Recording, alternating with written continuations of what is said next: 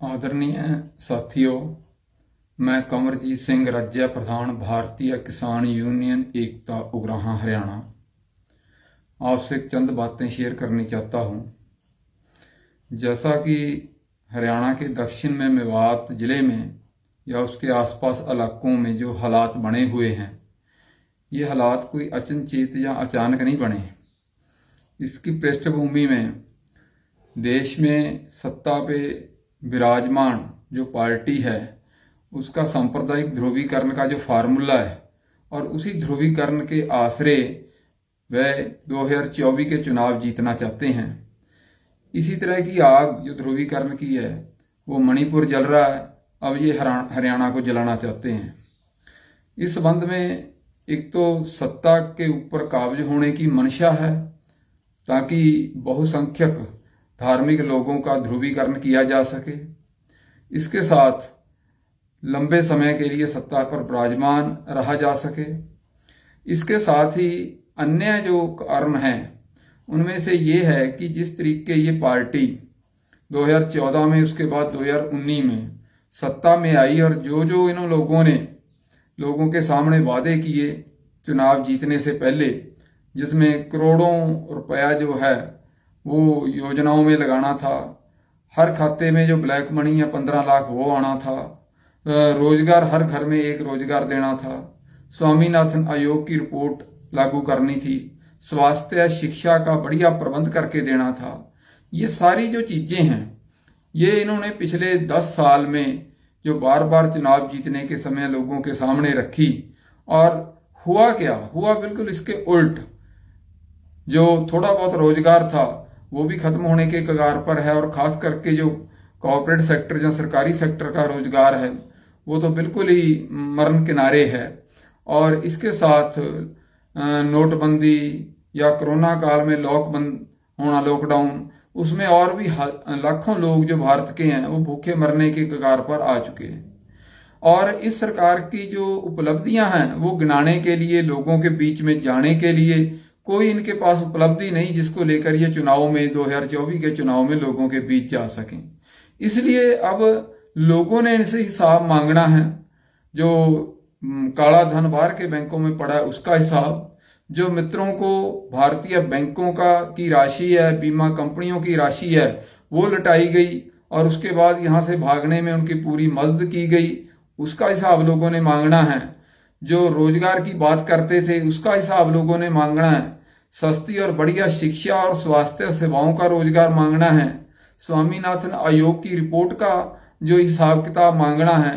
किसानों के कर्जा मुक्ति का और दुगनी आय का हिसाब किताब मांगना है। नौजवानों ने अपनी शिक्षा का हिसाब किताब मांगना है।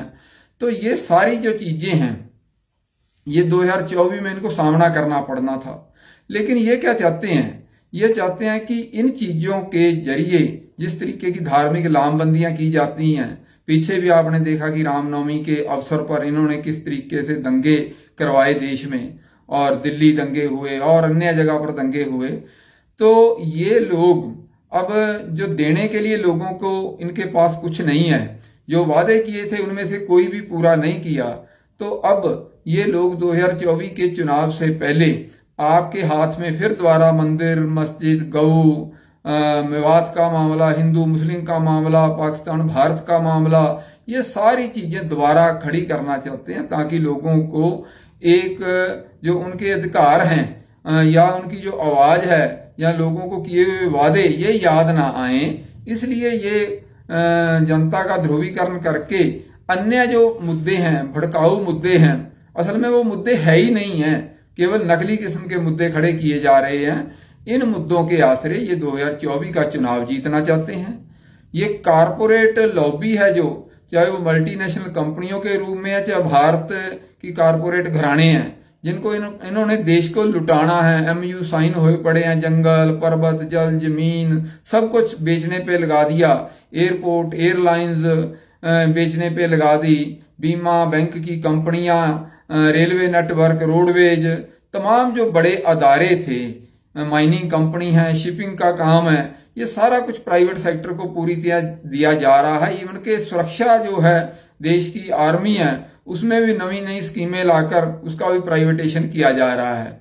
तो अब ये माल खजाने जब लोगों को लुटवाने हैं तो निश्चित रूप से लोग इसके खिलाफ खड़े ना हों, उनको किसी एक मुद्दे पे आने ना दिया जाए, आर्थिक मुद्दे पर राजनीतिक चेतना ना उत्पन्न होने दी जाए। इसलिए ये इस तरीके के ब्रिज मंडल यात्रा के जरिए, दूसरी यात्राओं के जरिए, धार्मिक संसदों के जरिए ये जहर उगल रहे हैं और उगलते हुए जहर से ये देश को खत्म करना चाहते हैं और केवल अपना धार्मिक कह सकते हो कि एक तरीके की गोलबंदी करके सांप्रदायिक माहौल बनाकर ये चुनाव जीतना चाहते हैं। अपने जो कारपोरेट घराने हैं उनको अधिक से अधिक लाभ पहुंचाना चाहते हैं। इस सारे यदि वृत्तांत में या सिनेरियो में देखें तो हमें बहुत सुचेत होना पड़ेगा। हमने पीछे एक बात सीखी है किसान आंदोलन से कि जब हम हिंदू, मुस्लिम, सिख आदि के भेदभाव मिटाकर इकट्ठे होकर, एकजुट होकर लड़े तो हमने दिल्ली का मोर्चा फतेह किया, 3 काले कृषि कानूनों को रद्द करवाया। ये इनके अंदर टीस है।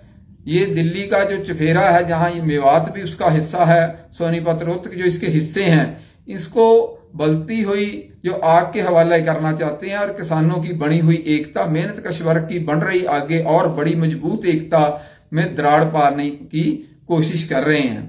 इसलिए हमें इनके कह सकते हो कि जो भी इनके क्रियाकलाप हैं इनसे बचकर रहना चाहिए। और खास तौर पर एक बात देखने की है, जो इनकी दंगा करने की उन्मादी भीड़ इकट्ठी करते हैं। नेता लोग तो भाषण देकर एक तरफ हो जाते हैं और फिर मरने मरवाने के लिए आम लोग, साधारण जो घरों के बच्चे हैं, उनको छोड़ दिया जाता है तीर तलवार छुरे पकड़ाकर।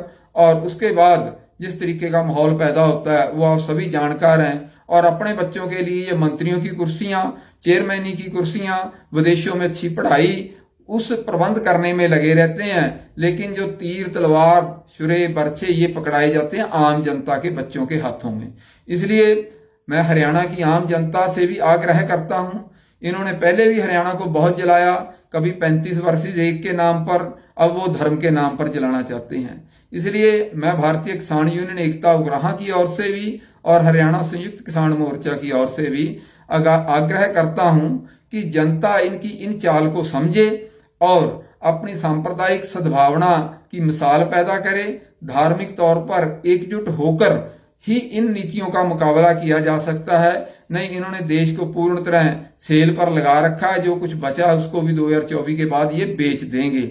इसलिए हमें आज के समय में सबसे बड़ी जरूरत है कि हम आपसी एकता को बनाए रखें, दुश्मन को पहचानें और जहां भी संभव हो सकता है एकता के नाम पर, आपसी सद्भावना को मजबूत करने के नाम पर वो करें, ताकि इन ताकतों का, इन वो ताकतें जो लोग विरोधी ताकतें हैं, जो जनता को धर्म जाति के नाम पर बांटते हैं और उनकी कह सकते हो कि उनकी लाशों के ऊपर राज करते हैं। जैसा कि मोनू मनेसर की बात आ रही है कि वो अक्यूज है, वो अपना तलाश है राजस्थान पुलिस को उसकी, लेकिन वो शरेआम घूम रहा है, ना उसको पकड़ने की कोशिश की जा रही है। पीछे नासिर और जुनैद हत्याकांड में उसका नाम बोल रहा है। अन्य भी बहुत ऐसे हैं। और आपने अभी भी वीडियो जारी हुई है, उसमें देखा है कि एक आदमी किस तरीके से एक बहुत ही मतलब कह सकते हो कि ऑटोमेटिक गन, जो आमतौर पर सुरक्षा बलों के पास ही होती है, आम आदमी का उसका लाइसेंस भी नहीं बनता, उससे फायर कर रहा। उसको ये बताया जा रहा है कि ये पुलिस का सुरक्षा कर्मी है, लेकिन जिस तरीके का हजूम है वहां, उसको आप देखकर क्या कहेंगे। पुलिस केवल और केवल मूक दर्शक बनी हुई है, क्योंकि सरकार बिल्कुल नहीं चाहती कि ये दंगे रुकें, क्योंकि उनका इन दंगों पे ऊपर ही उन्होंने रोजी रोटी अपनी सेकनी है।